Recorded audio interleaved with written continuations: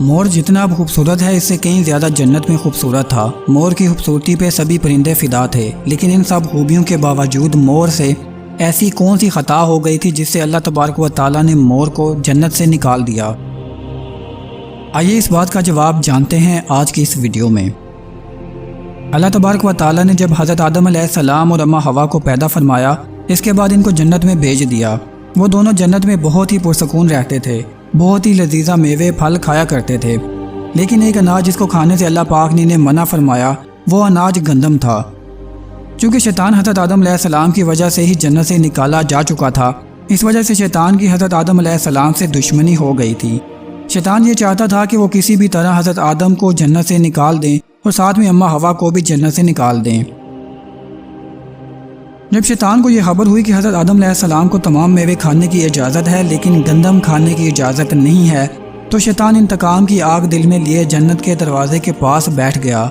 یہ 300 سال تک وہاں بیٹھا رہا کہ کوئی جنت کے دروازے سے باہر آئے اور یہ اس سے بات کر سکے۔ ایک دن اچانک سے مور جنت سے باہر آ گیا۔ شیطان اس کو دیکھتے ہی بہت خوش ہوا۔ شیطان نے پوچھا، اے خوبصورت پرندے تم کون ہو؟ یہ بولا، میں مور ہوں، اب تم اپنا تعارف کراؤ۔ شیطان نے جواب دیا کہ میں عالم کروبیہ کا ایک فرشتہ ہوں، میں اللہ پاک کی عبادت سے ایک پل بھی غافل نہیں ہوا۔ میں چاہتا ہوں کہ میں جنت میں جاؤں، وہاں کی نعمتوں کا اپنی آنکھوں سے مشاہدہ کروں۔ شیطان مور سے کہنے لگا کہ تم مجھے جنت کے اندر لے جاؤ، میں تمہیں 3 ایسی باتیں بتاؤں گا جس سے تمہیں اپنی زندگی حاصل ہو جائے گی، تمہیں بڑھاپا اور بیماری نہیں آئے گی، تم ہمیشہ جنت میں ہی رہو گے۔ شیطان کی یہ بات سن کر لالچ میں آ کر مور نے کہا کہ مجھ میں تو اتنی طاقت نہیں کہ میں تمہیں جنت کے اندر لے جاؤں، لیکن ایک سانپ میرا دوست ہے، وہ شاید تمہاری مدد کر سکے۔ یہ کہہ کر مور سانپ کے پاس آیا، اس کو ساری بات بتائی۔ سانپ بھی شیطان کی باتوں سے بہت خوش ہوا، پھر شیطان کو اپنے منہ میں چھپا کر جنت میں داخل ہو گیا اور یوں شیطان اپنی چال میں کامیاب ہوا۔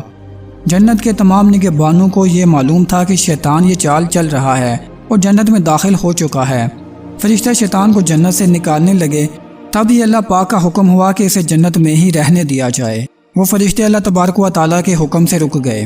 شاید یہ حضرت آدم علیہ السلام کا امتحان تھا۔ شیطان حضرت آدم کے پاس اور اماں حوا کے پاس جا کر اپنی محبت کا اظہار کرنے لگا۔ وہ دونوں ہی شیطان کو پہچان نہ سکے کیونکہ ماضی کے مقابلے میں شیطان کی شکل تبدیل ہو چکی تھی۔ شیطان کہنے لگا کہ میں چاہتا ہوں کہ آپ دونوں ہمیشہ جنت میں اسی طرح زندگی گزاریں، ہمیشہ خوش رہیں۔ حضرت آدم علیہ السلام اس کی بات بہت غور سے سننے لگے۔ شیطان نے کہا، اگر آپ میری بات مان جائیں تو آپ کو جنت کی اور بھی تمام سہولتیں ملیں گی۔ حضرت آدم شیطان کے بہکاوے میں آ کر کہنے لگے کہ یہ کس طرح ممکن ہے؟ شیطان کہنے لگا، ایک گندم کا دانہ اگر آپ دونوں چکھ لیں تو آپ کو ابدی حیا حاصل ہو جائے گی اور آپ جنت میں ہی رہیں گے۔ یہ بات سن کر حضرت آدم علیہ السلام کے دل میں رجحان پیدا ہوا، لیکن ان کے دل میں اللہ کی نافرمانی کا خوف غالب آ گیا۔ دوسری طرف اماں حوا شیطان کی باتوں میں آ گئی، جس پر اماں حوا نے حضرت آدم کو راضی کر لیا۔ پھر اس کے بعد ان دونوں نے اس گندم کے دانے کو چکھ لیا۔